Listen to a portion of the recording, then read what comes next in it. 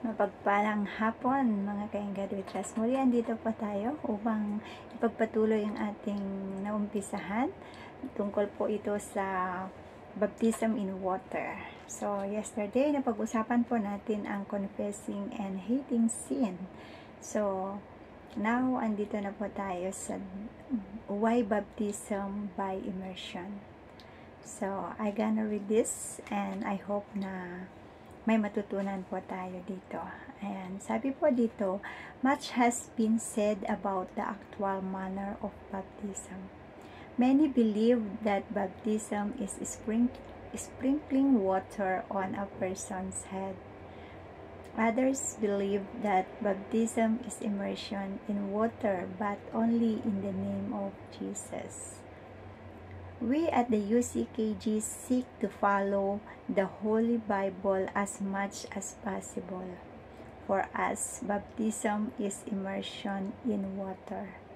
In the name of the Father, of the Son, and the Holy Spirit, as the Lord Jesus Himself commanded in Matthew 28, verse 19.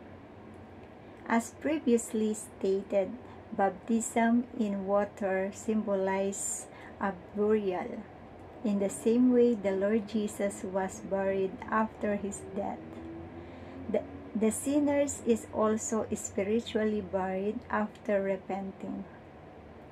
When they are immersed in water, they are cleansed from their sins in the water of baptism. Therefore, we were buried with Him through baptism into death, that just as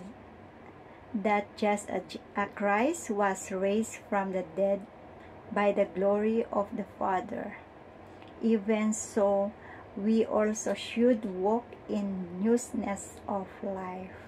Romans 6 verse 4. And then we'll go to the next. And the big day on the day of baptism. And the day of your baptism is a special and memorable day. The baptism itself will take place in the baptism pool of the help center and will be performed by a pastor who will immerse you in water in the name of the Father, the Son, and the Holy Spirit. The following are a list of things to bear in mind and commitments to adhere to. Read them carefully before your baptism. Napaka-ano po ito mga ka-Engadwitras kasi when speaking of UCKG, Universal Church, ayan, sa Simbahang Universal, kasi doon po ako nabaptize. Last year, nabaptize po ako sa tubig.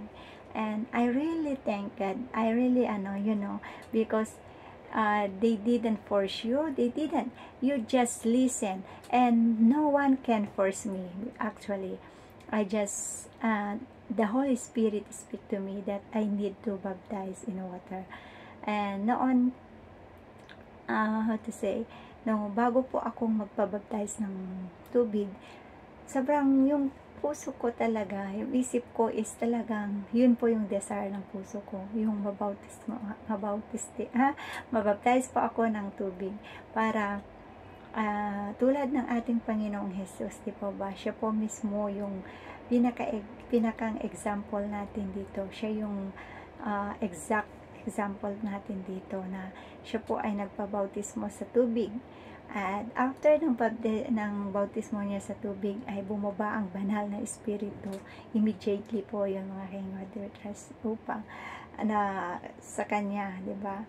So I just wanna continue this one. Sabi dito, the following are a list for things to bear in mind and commitments to adhere, to read them carefully before you baptize. Because nung bago ako nabautismohan, may leaflet.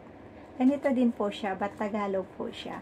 Ito ay gonna read din to sa inyo para may matutunan po tayo, at least may idea tayo kung ano po ba, kung dapat po ba o hindi.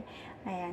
Kasi before, nung hindi pa po ako nabautismuhan, ang daming duda, takot, kaba sa puso ko, sa isipan ko, ang daming doubt. And you know that, mga ka-Engadutras, na doubt is a sin. Isa pong kasalanan ang isang pagdududa.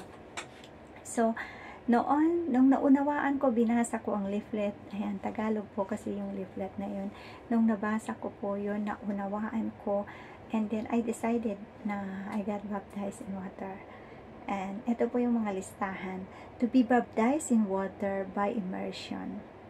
To live a clean life and stay away from sin. To be a faithful tither.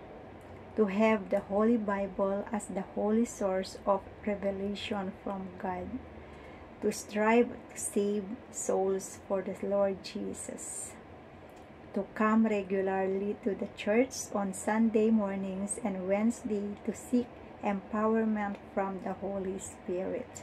Actually, I really, nakakamangha, mga ka-Engadutras, kasi nung nung gusto ko na talagang magpabaptize sa tubig. Alam mo ba, I really, hindi ko talaga makakalimutan yung araw na yun. Kasi gusto ko na, but wrong timing. Because, di ba, as a girl, we have a period. So, I cannot, supposed to be, I want, October 1st. First week of October. No. Last week of September. Ayan.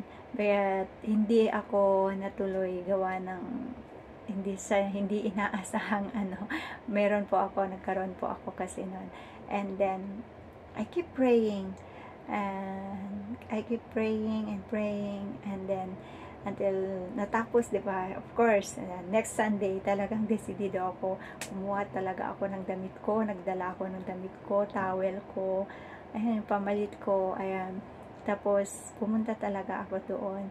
Yung wala mo yung isip ko na gusto ko, ito na yung araw na isuko ko sa iyo lahat ng kasalanan ko, Panginoong Jesus, sapagkat ako po ay makasalanan. Ang dami ko pong nagawang kasalanan at salamat sa iyo sa pag-ako sa aking mga kasalanan. Salamat sa sakripisyo mo sa aking mga kasalanan.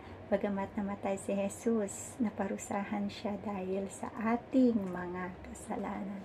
So, ayan. Tapos, sa next, to live a clean life and stay away from the sin. And mga ka-Engadutras, at that time when I was baptized, nang nabaptize na ako ng tubig, I really, happy. Alam mo yon, yung sobrang, yung umahon na ako sa tubig, sobrang,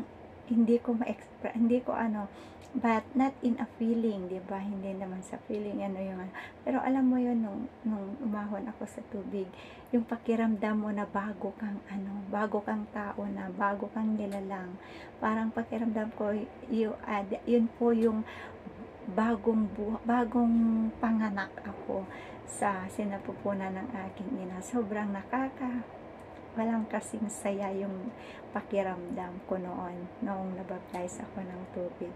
And then dito, to be a faithful tither, sabi dito. But naging faithful tither muna ako bago ako nabaptize, because God calling me, lagi ko naririnig, mga ilang months pa lang siguro ako sa church nung may service na kung sino po yung gusto niyang maging may tipan sa Diyos, sabi ng man of God. Alam mo, pumunta talaga ako doon sa harapan, sa altar. Kumuha ako ng tithe envelope. At that time, mga ka-Engadutras, I just wanna share this. That time is siya, wala akong, how to say,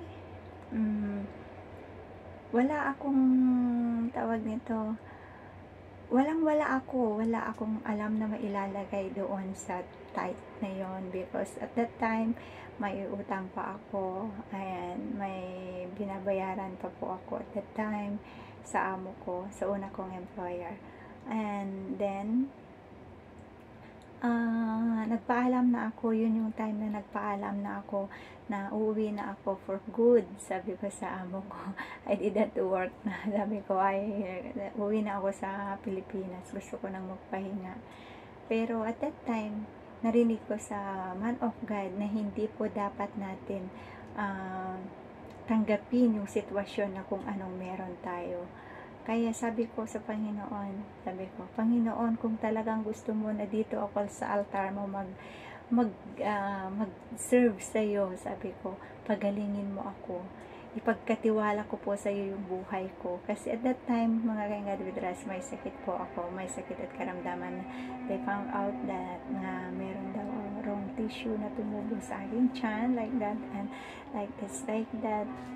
But natutunan ko sa church kung paano i-cash out, kung paano hindi tanggapin ang sakit na yun.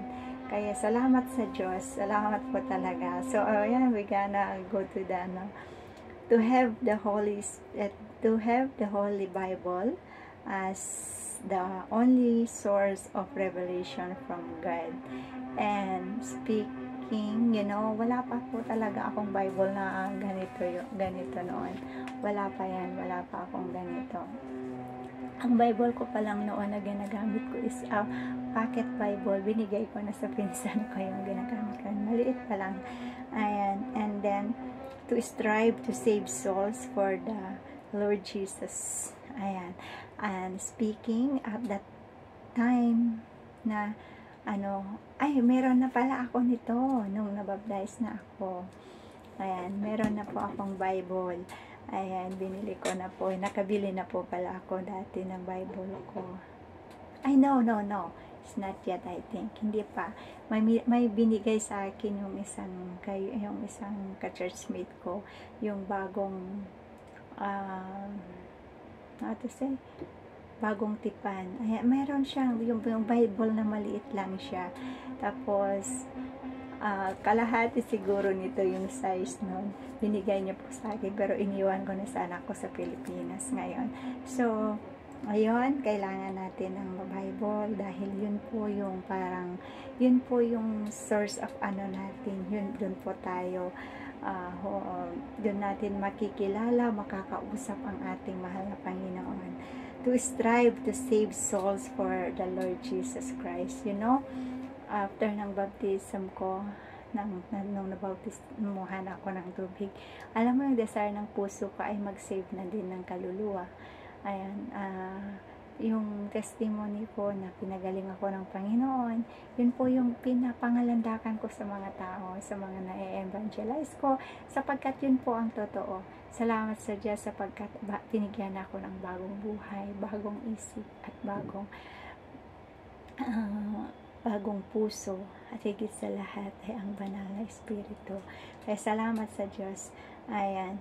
And to come regularly to the church on Sunday mornings and Wednesday to seek empowerment from the Holy Spirit. Naging regular na akong pumupunta ng Sunday. Wednesday, hindi kasi di ba may amo ko. But, online service naman ako. Hindi ko talaga pinapalampas ang Wednesday service. Ayan. The Wednesday service po kasi is the Bible study. Wala po tayong ibang hilingin sa Diyos, kundi yung banal na Espiritu niya, yung ugnayan natin sa Panginoon. Yun po yung sa Bible study sa Wednesday. Pat Sunday, lahat po yun. Ang aspeto ng buhay mo ay pwede mong hilingin sa Panginoon. Kaya salamat sa Diyos po. Wala po talagang imposible sa Kanya. So, yun po ang immersion. So, I hope na may naintindihan at naunawaan din po kayo, mga kaingad. Salamat po at pagpalain po tayong lahat ng Panginoon.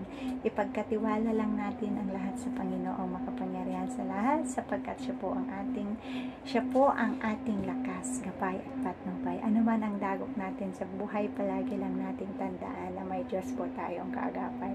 Siya po yung gawin nating number 1, priority natin siya sa ating puso at isipan. Bagamat mawala na ang lahat, wag lang ang ating mahal na Panginoon Jesus. Dapat nakakonektado tayo palagi sa Kanya. Siya po yung gawin natin sentro ng buhay natin. Because you know mga God we trust, when I was in another denomination, ako po ay very emotional. Ako po ay laging wala akong ibang inisip kundi ang pamilya ko. Although nagpre-pray ako, nagsisik ako ng Holy Spirit, nagpre-pray ako palagi sa Panginoon. But, ang priority ko ay ang pamilya ko. Ayan. Because alam ng Panginoon kung sino at kung ano yung priority natin sa buhay. Kung siya ba o ang pamilya natin o ang sarili natin, ang personal na ano natin. Kaya salamat sa Diyos sa pagtutuwid niya sa akin. At ito po ang nais kong ibahagi sa inyo, na nawa po ay kung may nais tayong hilingin sa Panginoon, ayun po yung presensya niya, na manatili po siya sa iyo, manatili po siya sa atin at tayo sa Kanya.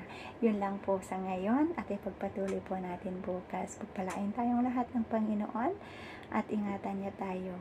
Ingatan niya po tayong lahat, maging ang aking pamilya, ang ating pamilya, ang aking pamilya sa Pilipinas. Ayan. Shout out, mega live shout out everyone, and once again, have a blessed morning, afternoon, evening, saan man kayong sulok ng mundo.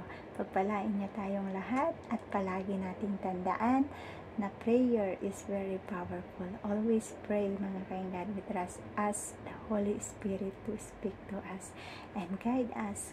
Give us the God that He give the wisdom from us. His wisdom from us. So that's all for today. Tomorrow again, and our topic for tomorrow is your commitments. So that's all for today. Thank you and God bless once again. I love you with the love of the Lord. Bye bye.